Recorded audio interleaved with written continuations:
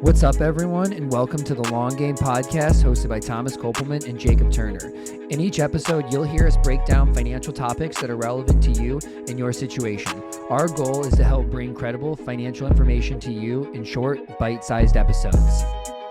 All opinions expressed on this show are for educational, informational, and entertainment purposes only. Nothing on the Long Game Podcast should be considered advice. Always consult with your team of professionals before making any decisions regarding your finances. All right, hello and welcome back, everyone, to another episode of the Long Game Podcast. Today we have a very special guest. So this is Blake McKibbin. He is, I consider you a practicing attorney. I mean, you are an estate planning attorney, but you're not writing documents. Correct. He works at Miracle Mile, which is a firm that I actually partner with. So Ben Lake's been on here a bunch of times. Him and I work on a lot of client cases together, and Blake is the estate planning attorney at their company. And so he helps on a lot of the client conversations, reading documents, thinking through all the estate planning tools for high net worth clients. And so we wanted to bring him on to honestly talk about a bunch of different things. So I'm sure he's going to be a repeat guest over, the next few years. But Blake, thanks for joining us. Anything that you want to add to the introduction? No, happy to be here. Yeah, that's all. Well, good. We're really excited to have you. And today I'm really excited about this topic because I think for a lot of high net worth people, a lot of business owners, and even just a lot of financial advisors, when they think estate tax planning, the first place their mind goes is SLATs, right? And you have this really interesting belief around them. Not that they're not good, but maybe that they're told to be the end all be all and always the first tool to use. And maybe they aren't. And so I'm excited to hop into this, but let's just start off with explaining to everybody kind of what SLATs are and why people think about them so often. Yeah, absolutely. So the topic it's called the Spousal Lifetime Access Trust, or SLAT. It's one of our 4-letter acronyms that we use in the estate planning world. There's a whole bunch of them. But a spousal lifetime access trust is a trust that's created by one spouse for the benefit of another. Beneficiary also might include the children as well. And the idea, it's a type of irrevocable trust. So once it's created, right, then the terms typically cannot be changed except for in certain, extenuating circumstances. But the idea is, and the reason why it's something that a lot of families are looking into to implement before 2026 is because this is about the safest way that you can do irrevocable planning. And what I mean by it is this, is that, so I create a SLAT for my wife and my kids, right? So typically the terms say, as long as my wife is alive, she can benefit from the trust for her health, education, maintenance, and support, right? We call that the ascertainable standard, so health, education, maintenance, and support, incredibly gray. And so the idea is, right, I'm going to cohabitate with my wife. We're going to share the household together, and maintenance and support means, hey, that's paying the property taxes, that's paying the household expenses. So in a way, I get to indirectly benefit from this trust along the way. And so the other nice thing about it is that, your spouse is able to draw upon that if times get tough. Now, what I like to coach our clients to doing is, when you set up a SLAT, let's try to not ever touch it. Let's plan like it's untouchable assets. But if you come into hard times, it's there to fall back upon. So that is quintessentially why it's such an important tool in today's world, because you're doing an irrevocable trust, meaning that you're taking assets out of your taxable estate, and that it's there for your spouse, your children, as long as your spouse is alive. And when their spouse dies, it's going to be outside of your spouse's taxable estate. On top of that, when I create this trust, I'm going to file a gift tax return. I'm going to utilize my generation skipping tax exemption, meaning that when my when my spouse dies, my children are the beneficiaries of this trust. When my children die, whatever's left in that trust is also not includable in my children's taxable estate. So it is a great multifaceted tool that sounds amazing, as I've said. I'm sure everyone out there is like, oh, this is great. We should all do this. Well, you might want to think twice, because this is, as I said, irrevocable. You once the train leaves the station, it's gone. If people are wanting to do this because they're worried about estate tax changes. Well, what if the estate tax change? I think it's going to happen, but what if it doesn't? Or what if we're working with young clients that, I'm 43 years old, and I'm sure that before I die, the estate tax laws are going to probably change 25 times between now and then. And so it's something that, yes, it can be a great tool, but you really have to open your eyes, examine all possibilities before you go down this road and establish the spousal lifetime access trust. So, yeah, Blake, a lot of what you talked about there, and to your point, like, it sounds amazing, right? And it's something that we've done with clients. So let's talk a little bit about, from your perspective, what do you see as the biggest downsides, or not even so much the downsides, but maybe things that people aren't considering when they're thinking about irrevocable trust, SLATs in particular? Well, the two most glaringly obvious things are, well, what if I get divorced? It's a non-issue. It's hey, we get divorced. Well, hey, this is already for my beneficiary spouse. We get divorced. It's hers. The other thing is, what if my spouse dies early? And if my spouse dies early, well, then yeah, the assets go to my children, which is great, but I lose the indirect benefit if I ever was gonna need it. So those are the two most glaringly obvious things. But the most important is just helping people understand that this is not just a piggy bank. This is not something that's designed to be a support mechanism for that surviving spouse. It's meant to be something that you rarely, if ever, touch in the future. And so that's I come, and I've met with a couple families now that have created a SLAT, and now there's just so much management and things that need to be done, the formalities of the trust, that they're saying, oh, I want to undo this because it's just too much, and I want more flexibility with my money than what this SLAT can provide. Yeah, I think that's an important point, because I think the way that it's sold and the language that advisors and estate planning attorneys use is really, really important, because I've heard a lot of people in conversations just be like, it's great. You get all the benefits. You get to move it out of your estate. You get the estate tax benefit. And then whenever you need money, it's there and you can use it. And I think that's the wrong language. I think the language should more so be, hey, you wanted to do estate tax planning. This is a great estate tax planning tool. And I know you're worried about, what if I run out of money? If you're going to run out of money and you need it, it is there, but the goal is to never touch it. And I never hear that last line, right? They never say the goal is to not touch it. And so then what ends up happening is people put it in force, and then all they want to do is say, I get to use it. But for one, they forget, well, when you use it, you're losing a lot of these benefits, right? And for two, a lot of people, should not ever use it. It's kind of the idea of like, oh, you can take contributions out of your Roth IRA. That's good to know. So if you ever run out of all of your emergency funds, all of your taxable dollars, and you absolutely in dire situation, you need it, great, it's there. But I don't want you ever to touch it. The goal is that you never touch it. It's the same thing with the SLAT, but I think people end up putting it in force because they really think it's a tool that they're going to end up using. But it's like, why would you get this out of your exemption, out of your estate, to then just use it, right? You're losing a lot of that benefit.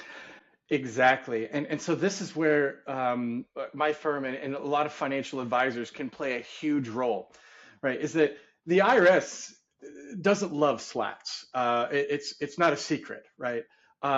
So when working with clients that are thinking about establishing a SLAT, or attorneys that are helping their clients with a SLAT, what I like to focus on is, hey, let's do a solid cash flow analysis, a financial plan, because what I like to see is if we remove these assets from your estate and put it into a SLAT, I want to know that there's a 50% probability that you're never going to have to touch these assets ever again, right? That's huge. If we can get to that point, great. Well, that brings up another issue, especially important with younger clients who, like I said, the estate tax laws, the exemptions are going to come and go, and they're going to change, every 5 to 10 years, I'm sure is the trajectory that we're on. And so, it can be very, very worrisome if we put these in place and we don't maximize our exemption, because what you're giving up, the trade-off, whatever you put into the SLAT, it's a lifetime gift, a lifetime transfer. So your basis in these assets carries over to the person who receives it, yep. Right? Into the SLAT. Whereas assets that pass at your death through your estate, through your revocable trust, get a step up in basis. And so if you really put pen to paper, if you want to use your exemption, these high exemptions before they could potentially sunset, you need to use a large portion of that exemption in order for the loss of the step up in basis to make sense. So I'm thinking over $10 million you want to put inside of this SLAT to make it truly worthwhile. And when I'm working with families that are worth a total of 15, 20 million, I think, well, maybe not, right? When the dollar figures get higher, well then, yeah, easy. Yes, this is a great tool. But when it's people that are just super concerned about the estate tax, but they don't necessarily have that large of an estate, let's pump the brakes. Let's think about what we're doing and what it means for the rest of your financial flexibility of the rest of your life. Yeah, really good point, because I don't think a lot of people talk about the estate tax changes over your lifetime, right? I think there's a lot of fear going into right now. Take advantage of it because it might never happen again. But I mean, we look back, right? And I have a chart up. It's like in 1997, it was definitely under $1 million. 2002, probably about $1 million. 2006 at $2 million. You get to 2010, it's at about 5. And then we have this huge jump up. And so you talk about, right, like there might be 25 more estate tax exemption changes over our lifetime. And so if you're young, right, let's say that you're in your 30s or your 40s, probably doesn't make sense to try to figure this out. But maybe if you're going to have, you're 70 and you're well above or you're around at least the full maxed out amount, maybe then it starts to make sense. But I think asset amount and age matter a lot. But then on top of that, one thing that you want to make sure is if you're moving it over here, you got to have growth, right? So that's one issue I see is people set up these trusts and they're in cash. And it's like, why did you go donate this, use your exemption, and then you're not focused on any growth, right? You lost that part of your exemption. The biggest benefit is going to be you need growth to come out of your estate, or you basically just locked in something and kept it the same. You might as well have just waited till later. Yeah, you definitely want it to be the long play, right? These are assets we hope are going to exponentially grow and stay outside of everyone's taxable estate as long as, state and federal law will allow. And so yeah, absolutely. These are assets that we're rooting for exponential growth. We don't just care about, hey, keeping the status quo, because you're not getting your bang for your buck. Absolutely. Yeah, I think two other things I would mention there. And the first one being, Blake, you touched on it, but you're not getting that step up in basis. So if you're somebody that's considering doing an irrevocable trust, you need to be really aware of what you're investing in. I think when you think about traditional giving in the sense of an inheritance, a lot of times you'll see somebody said, I bought Home Depot stock 40 years ago and I bought it for X amount of cents and now it's worth whatever it's worth today. Right. We had a situation like that and it was great. The individual got a step up in basis and they said, I don't really want to own Home Depot stock anymore. I'd rather be a little bit more diversified. And they can sell it right then. They get that step up in basis. If you're investing outside of that in your irrevocable trust, you're not getting that step up in basis. So be very aware of what are the investments that I'm putting into here. And look, none of us in this room have a crystal ball to be able to say what it's going to look like in the future. But I would encourage people to at least strongly consider something that's somewhat diversified. And then secondarily, Thomas, to your point, if you're going to be putting assets in this at a young age, it only makes sense if you're putting assets and you're counting on future growth, right? If you put these assets in there and they're sitting in cash, you are really losing the biggest benefit of this, right? The idea is if you put $10 million into these things and you're saying, I, Lord willing, have 20, 30, 40, 50 years left to let this money grow, hopefully that's a lot of doubles, right? And the reality is you need to have that money invested for the long term. Totally. Yeah. Yeah, and there is one little wrinkle that we have in SLATs as well. It allows for the power of substitution. And so you can, as the years go on, you can substitute assets of equal value that have a higher cost basis in them, right? So you could have a really long play on some stock that goes and then right before death, if you time it right, you can take some cash from your estate, trade the appreciated stock with the trust. However, that's crazy. It's great that exists, that you can build that in.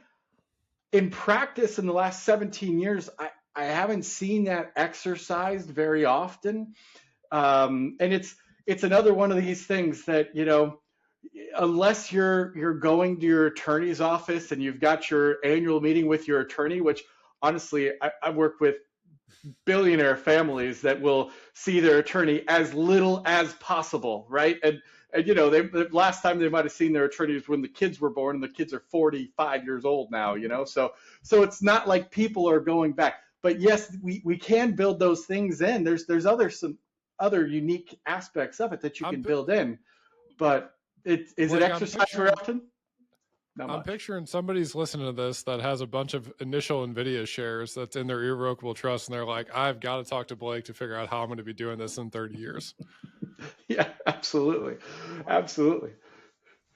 Okay, maybe to wrap up this episode, one thing that I think would be interesting just on this whole topic is thinking through kind of, the right assets that oftentimes make sense. And then the other one is like maybe the right times this makes sense. And maybe we have just some scenarios or situations because, I think about, like we've talked through some clients and different things. And I think about the, 40-year-old client who's worth $30 million. And you have this whole side of like, great, like if you can get money out of your estate now at that age, think about all the growth that can happen. On the flip side, you have you're 30 and you have no idea where your life is going, right? What if you never want to work again? What if the market goes down the next 20 years? What if, you X, Y, and Z want to do this? Like, why would you do it? And in my mind, I don't think I would.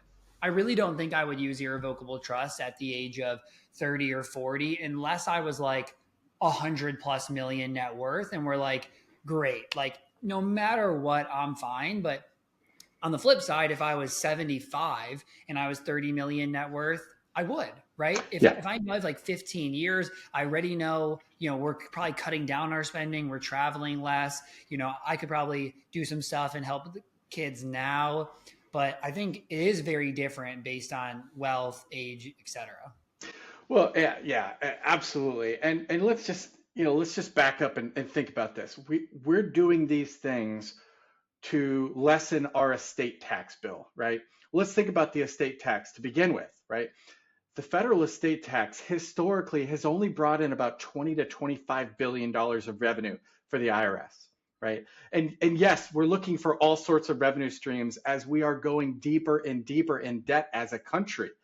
However, that's not a lot of revenue that our country is getting in. Now, there's all sorts of different proposals on how we can change it and that's for a whole other podcast. But flexibility is king, and that's that's part of the reason why SLATs are attractive for the right family, is because it does have a little bit of flexibility in there. That hey, this I get an indirectly benefit I created for my spouse, but as you said, Thomas, you really for the young person, and really in the estate planning world, young is anyone under still working age, really. It's definitely something that you need to examine all sides of the coin, because Yeah, I mean, great asset would be, hey, if I'm a business owner and I know I'm going to sell in a couple of years, and I can gift it to my SLAT today of a low gift value, and then when I sell it, it's going to be worth 10 times that. Absolutely, that's a great asset to do that with. But it's looking at the big picture about how old am I? What are my spending habits? What am I worried about for my own financial future? But then also it's, I met with a family the other day, and this is what it really upsets me about SLATs is that sometimes financial advisors will lead with a SLAT. They'll lead with a technique before they really get to know the family and figure out what they really want to do, because I was teed up to come in and have a client conversation about a SLAT. And so we started the conversation about SLATs, and about halfway through, I was just watching the wife's body language, and none of it was sinking in. And then we shifted the conversation to charitable giving. And that's when the light bulbs went off. And lo and behold, they didn't want that. Yes, they wanted to reduce an estate tax bill, but they more were excited about what they can do in their local community, not how much money they can save for their children and grandchildren.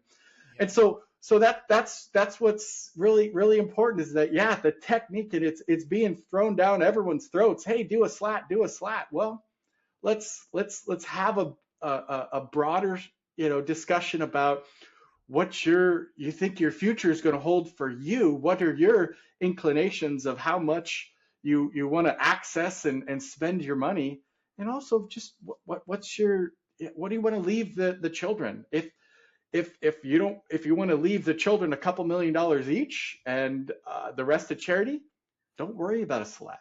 There's a lot of other things to think about. Yeah, because I think state taxes are one part of it, right? And if you don't get to know that person, and they said we really want to give everything to charity anyways, well, why would we be locking this up into any specific tool like that, right? There are still really good tools that can be used, and it sounds like for us that's what our next episode is going to be, is pretty much advanced charitable giving and the tools that you can use. But I think that's a really important point. I think sometimes financial planners, estate planning attorneys, they really want to have like these huge wins, right? Look at the tax savings that comes, this is going to help you on this huge 40% estate tax, when in reality, like that's not at all what they cared about. And that's one thing I really love about talking with you is, I don't talk to very many estate planning attorneys who don't just think the tools or don't just think the tax savings, but really think in reality. And your big thing here is like estate taxes are like important, but they're definitely not the number one thing, right? You want to think about life, what you want, how do you want to live out the rest of your life? The goal is not to minimize estate taxes and then not be able to do what you want to do later on, right? That it's the opposite. Yeah. You'd rather pay some estate taxes, but be able to do everything that you want. And I think that is important for people to know, right? Lead with life and follow with tools, estate planning, tax planning, etc., versus the flip side, which I think is that's where you found a good professional, is if they lead from there, not just like here's the checklist, right? I recently met with a client who they didn't work with me at first because they found somebody different, and then they came back and they were like, they just sent me an email of tax planning moves they could make. There's like a checkbox, and like, Tax Hive, right? The Kevin O'Leary company, this is what they do. They'll charge $30,000 to $50,000 for a tax plan, and they just send you different things. They can be like, you could be a C Corp and get QSBS. You could set up a trust. You could do this. And it's like, that's not tax planning, right? You literally just sent me a blog post online about tax planning tools, right? That has nothing to do with me, what I want, where I'm going, my life, etc. So I think at the end of the day, you want to find somebody who gets to know you, carves out the time, and helps build around you and what you want. But anything else you want to add on this topic, Blake? No, I think you summed it up perfectly. Yes, it's a great tool, but it's a great tool in the right context, right? So many people, like, it's like everyone's using the SLAT as a hammer, and every single thing out there is a nail, and they're just trying to hammer in as many nails as they can. It's just, it shouldn't be that way. And it's about starting with your goals and having that discussion, and and building from there. Yeah, it's kind of like it's fair to say everybody should have an emergency fund. It's not fair to say everybody with a high net worth should have a SLAT, but it's almost how it is talked about today. Mm-hmm. So I think that's a perfect way to wrap it up. Everybody, we really appreciate you listening. Blake, thank you for the time. We're going to do another episode with Blake next week. As you can tell, really good person to listen to and learn from. So make sure you tune back in as we talk about some of the advanced charitable giving, planning tools, et cetera, that can be used for high net worth families.